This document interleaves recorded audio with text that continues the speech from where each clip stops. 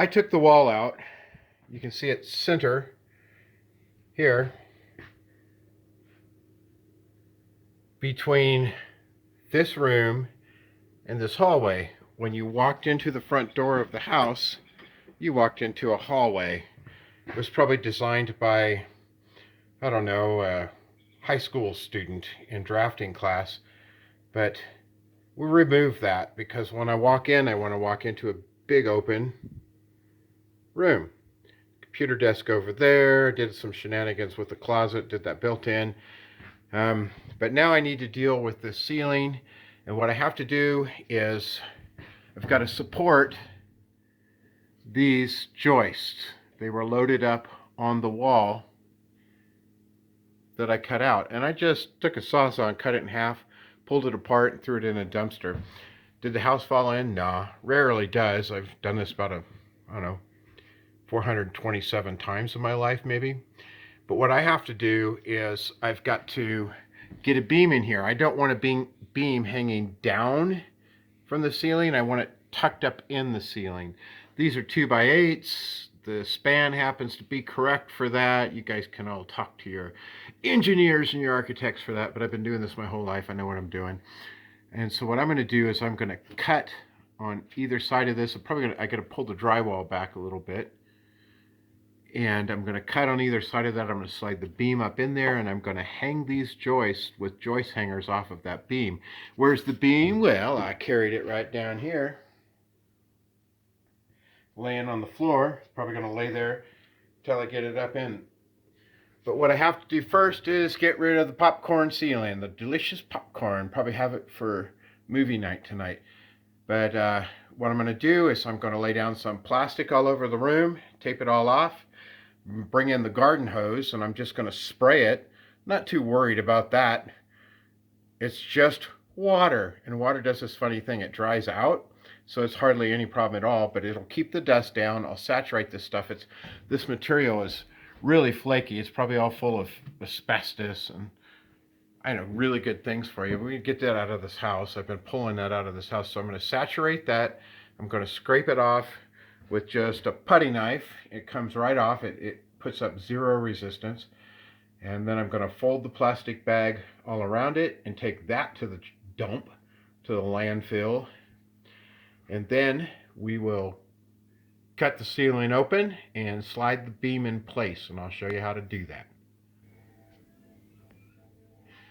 So there you go, it's all scraped off, no big deal. Probably took about 11 and a half minutes. I said 10, but I was a little slow, and it all fell down into the plastic. I'm going to pull the plastic up, coil it up on itself, put it in a black plastic trash bag, and I'll take it to the dump, or put it in the trash or whatever. So I've got the beam here, and it's exactly 3.5 inches wide. So I've measured up here and made a mark where I want the beam to be on either side. And, one side's here, and then 3.5 inches over we have a side here. And they've just put a screw in here to hook up the old string line, chalk line. So let's get this in. We're going to chalk the line. And chalking a line is always better than measuring off each one, because you might have the inclination to go, oh, here they meet here, and I'm going to measure over half and measure over half and just cut it. Well, nobody's perfect, and I can see that things have shifted over the years. Like, this block is tight to the string, this block is out a good 1/2 inch. So we're going to chalk a line. We know we have a nice straight line. I've got plenty of chalk, I can see it. So we'll pull this down, and we're just going to put a speed square on it and mark it out. These little guys are called speed squares. They're real handy. Use them a lot when we're framing. So going to the sharp end, I'm just making a line all the way up.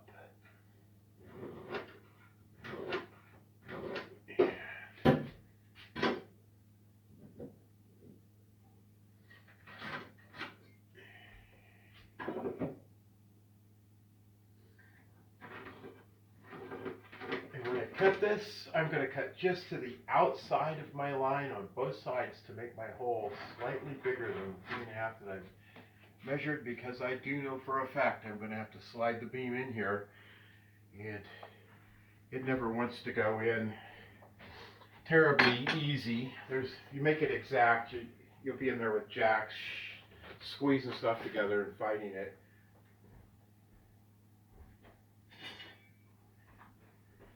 I'm just going to show you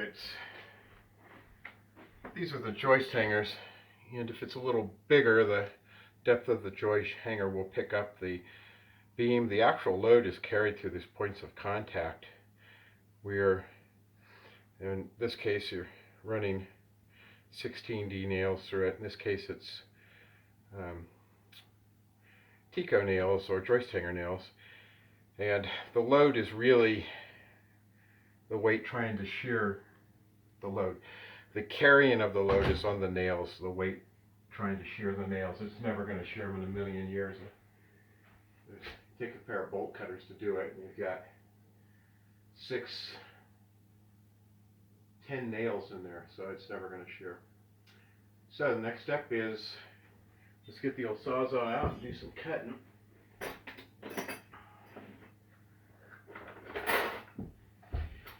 And I like a nice fresh blade when I get into tight stuff like this. One less thing I have to fight. Okay, that's in. The glasses on my head. Let me grab an extension cord.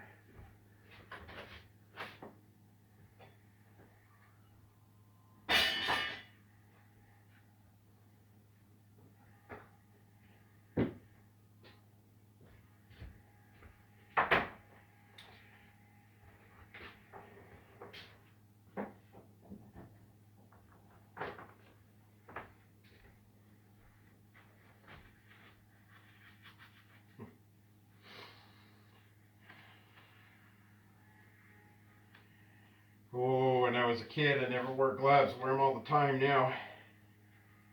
I don't know why not. Why I didn't do it. Probably because I was cheap. I don't know. I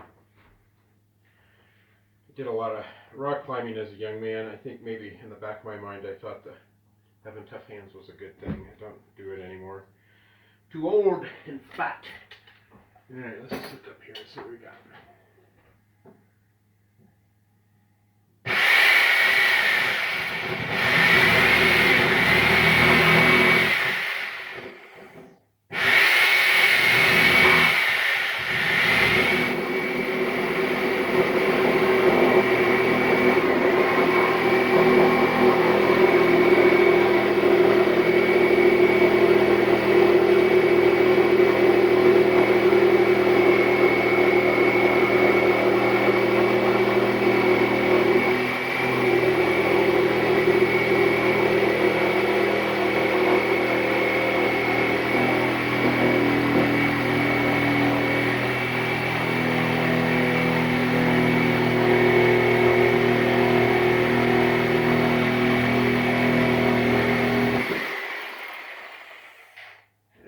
There's one. Let's see how many more we got to do. 1, 2, 3, 4, 5, 6, 7, 8, 9, 10, 11, 12, 13, 14, 15, 16. And we've got to cut this back.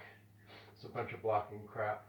So that's 18 cuts. You don't need to watch them 18 cuts. They're all the same. But I can tell you, when I cut this out, it's all hanging from the plywood up here now because there's no wall in here supporting it. It's going to do this just a little bit. It won't fall in, but it'll do that just a little bit.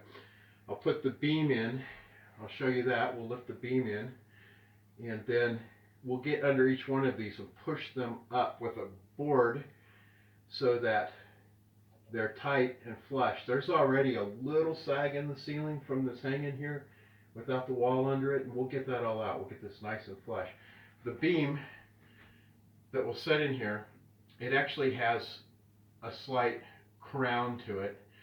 And I picked through, I didn't really want a perfectly flat one. When you buy glue lamps, they call that camber. You'll buy the beam with a little bit of crown in it so that when it does pick up the load, the weight pushes it down flat. And so I bought a beam that has just a little bit of a crown, probably about 1/8 of an inch over. I don't know, oh, this is 8.5, 9 feet. This is 9 feet, so about 1/8 of an inch. Now that's not something that is built into the beam. It was just there, and I looked through a bunch of them. Some of them had huge crowns, some of them had no crown. I found the one I wanted, and that's the one I took. It just takes a minute or two. All right, so let me make those cuts. I'll get the beam setting in here, and then we'll, actually I'm going to set it up this way. Just swing it in that way, and then we'll do that anyway.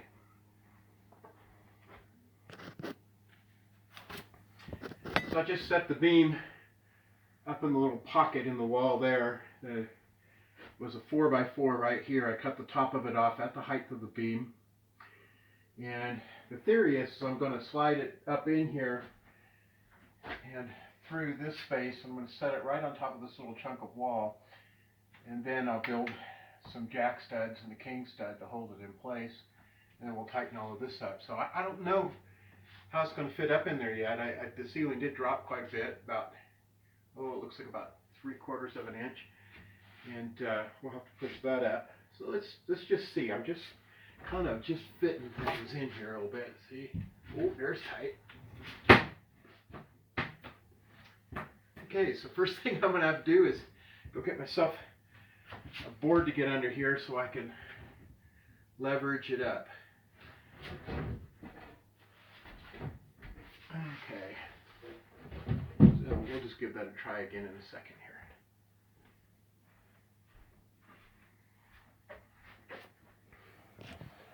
So I just pushed this up in here, and it's tight enough that it's starting to wedge in. So I've got my little sluggo here. And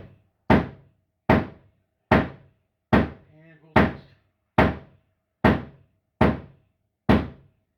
drive it up. It's going up pretty good. And then I've got this board pre-cut. Goes right in here. It'll wedge in tight, hold it, and we'll start strapping it down.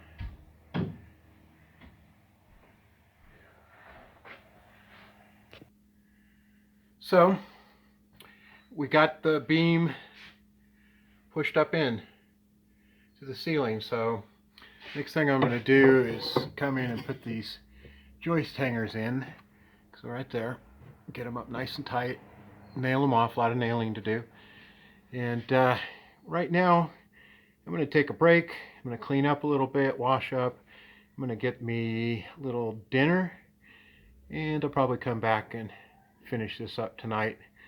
And then all I got to do is put some drywall in. So there we go.